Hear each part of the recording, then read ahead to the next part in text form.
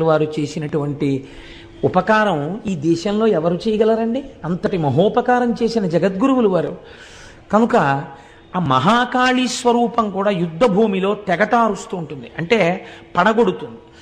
ఇంతటి తల్లి అయినా ఆవిడకొక్కటి తెలుసు, మీరు చాలా జాగ్రత్తగా గమనించాలి. పరమశివుడు యుద్ధ భూమిలో పడిపోతే ఆగిపోయి ఉంటుంది ఆవిడ తాండవం. దాని అర్థం ఏమిటో తెలుసా అండి? మహాకాళి విజృంభిస్తే ఎలాగ ఆపాలి అన్నది ఎవ్వరికీ తెలియలేదు.